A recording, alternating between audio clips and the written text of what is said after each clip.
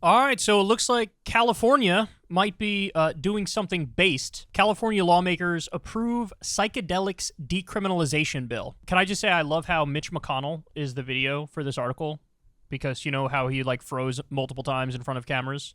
He's mid-sentence. He was like, it looks like the implication is he was high as balls on psychedelics. I mean, that's certainly not the case, but it looks like that's what the implication is. California is on its way to becoming the third state in the country to decriminalize psychedelics after the state assembly passed a bill that would allow adults 21 and older to possess and use small amounts of plant and mushroom psychedelics. Senate Bill 58, introduced by Senator Scott Wiener, awesome name, in 2021, was passed in a 42-11 vote Wednesday and would make several naturally occurring psychedelic substances, including psilocybin and psilocin? I never even heard of that one. The psychoactive ingredient in hallucinogenic mushrooms. Oh, okay. Dimethyltryptamine, which is DMT, and mescaline, peyote in particular, legal within the state. Okay, so first of all, based. Second of all, one thing about the... I love that it was 42-11. That's like a dominating vote right there. But I will say one thing that does annoy me a little bit is people seem to have this, like, natural bias, right? Like if you say, "Oh, what I'm taking is all natural," then everybody's like, "Oh, all natural might be great, bro. Since it's natural, it's got to be good by definition." And it's like, no, there are natural things that are good. There are also natural things that are bad. There are things made in a lab that are good, and there are things made in a lab that are bad. Because something is natural or not is not like the end-all be-all in the conversation. And there's this fallacy that a lot of people have where they think if it's natural, it's good. If it's not natural, it's bad. Like, for example, I think LSD is made in a lab.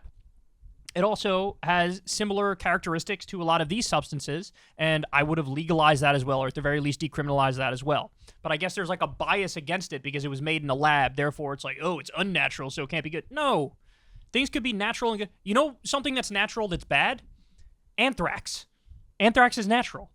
That doesn't mean it's good, right? So I don't like that. It's very sloppy thinking, and a lot of people have that bias, and it kind of annoys me. But anyway, still, I don't want to rain on everybody's parade because I think this is a phenomenal bill. Senate Bill 58 is based. 42-11 vote is great, and we get all these substances that could be decriminalized. In addition to decriminalizing personal possession and cultivation, the bill also aims to establish a community-based healing practices that promotes group therapeutic use of psychedelics. Oh, that is the hippiest thing I've ever heard in my life. That is some hippie shit right there, man. Holy cow. In a post on X, the platform formerly known as Twitter, Wiener celebrated the legislation passing. The senator's first attempt previously failed when an earlier version of the bill that also passed the Senate stalled out in the Assembly last year. The Assembly just passed our psychedelics decriminalization bill, Wiener wrote. It's supported by veterans, first responders, and health professionals. Yeah, see, that's the thing, man. There are a lot of veterans, a lot of people who have various psychological ailments who say, like, oh, this stuff helps me tremendously. And it's like, to just be like, no, I don't care. I will not allow that. That strikes me as so callous. Backers of the push to decriminalize psychedelic drugs have drawn attention to the promising mental health benefits offered by certain entheogenic plants and fungi. Preliminary data from the Johns Hopkins Center for Psychedelic and Consciousness Research has shown psilocybin therapy can reduce major depressive disorder symptoms for up to a year. Wow. I don't think I remember. I've covered a number of these stories about the positive impacts of psychedelics in various studies, but I didn't know that, or maybe I just covered it and don't remember it. But so it reduces major depressive disorders for up to a year. That's amazing. California's veterans, first responders, and others struggling with PTSD, depression, and addiction deserve access to these promising plant medicines, Wiener said in a press release. We know these substances are not addictive, that's true, and they show tremendous promise in treating many of the most intractable conditions driving our nation's mental health crisis. It's time to stop criminalizing people who use psychedelics for healing or personal well-being. I mean, there's nothing to disagree with here. So I think it has to go to the governor's desk. I don't think it has yet, but it'll be interesting to see if Newsom signs it. I hope he does. I know he has presidential ambitions probably in 2028.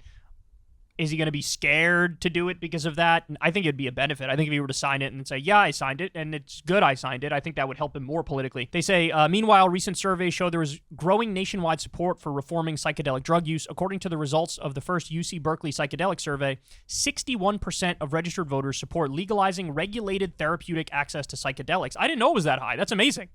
I thought it was still a minority who wanted to, decriminalize psychedelics. while nearly half said they were in favor of removing criminal penalties for personal use and possession. The passage of SB 58 in California comes after 2 other states made history by enacting legislation to decriminalize psychedelics. In 2020, Oregon voters approved the Oregon Psilocybin Services Act, otherwise known as Measure 109, which was the first law in the U.S. to establish a regulatory framework for receiving psilocybin. So, by the way, yet again, another Kyle is right moment here, because I tell you guys all the time, one of the best paths to change in this country is direct ballot initiatives. Because when you ask the population something and put it very simple in a straightforward way, like, hey, should the minimum wage be raised to $15 an hour? Or should we decriminalize psychedelic drugs? And you just put that on a ballot. I don't care if it's red state, blue state, it doesn't matter. Consistently, I would say like 80% of the time, these direct ballot initiatives go in the more intelligent way.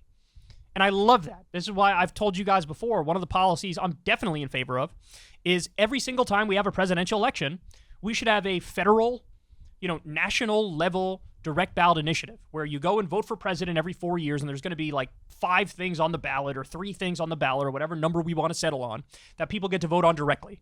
And if we had that, we would already have a living wage law, right? If we had that, weed would already be legalized everywhere, not just decriminalized, not just changed from Schedule 1 to Schedule 3. It would be legal everywhere. So, I just think that would be phenomenal. It would be our democracy becoming more of a democracy, and also keep it real. It is a phenomenal way to circumvent the corruption which is rampant in DC, right? Like corporations and lobbyists and billionaires buy the politicians and get them to do their bidding over the will of the people. But if you have a direct vote on something, that has a strong way of drowning out the corruption. I mean, what does happen, and this does happen in some states, is that you will have corporations run commercials trying to trick people into voting the wrong way on a lot of these direct ballot initiatives. We've seen this in various states, but that only works some percentage of the time, not every time. And you can only lie so much for so long before people kind of are onto it. Anyway, they say 2 years later, Colorado followed suit by legalizing 5 natural psychedelic substances, again with the natural thing. The bill will return to the Senate for approval before it makes its way to California Governor Gavin Newsom. If Newsom signs it, SB 58 is set to go into effect on January 1st, 2025. Okay, so we'll see if Newsom signs it. Look, what I'll say about Newsom is he's a massive mixed bag. One of the best things that's happened in California since he's been governor is we got sectoral bargaining for fast food workers, which is great. It's going to be a huge raise for fast food workers. I love that. He also did basically a public option for insulin. So the state of California is going to make their own insulin, and they're going to undercut the price gouging big pharma companies. I love that so much. You have no idea. But also, he basically blocked universal health care from coming to California single-handedly. So that's a huge loss, right? So as far as corporate Democrats go, he's definitely a corporate Democrat, and there's things in his record that are horrendous, but then there's also some things that are decent.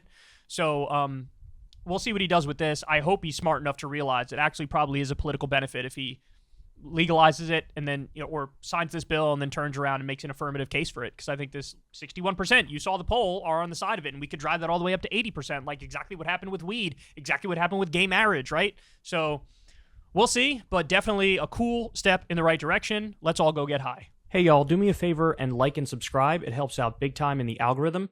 Click the bell as well for notifications when videos drop, and watch that video on screen right now. You know you want to.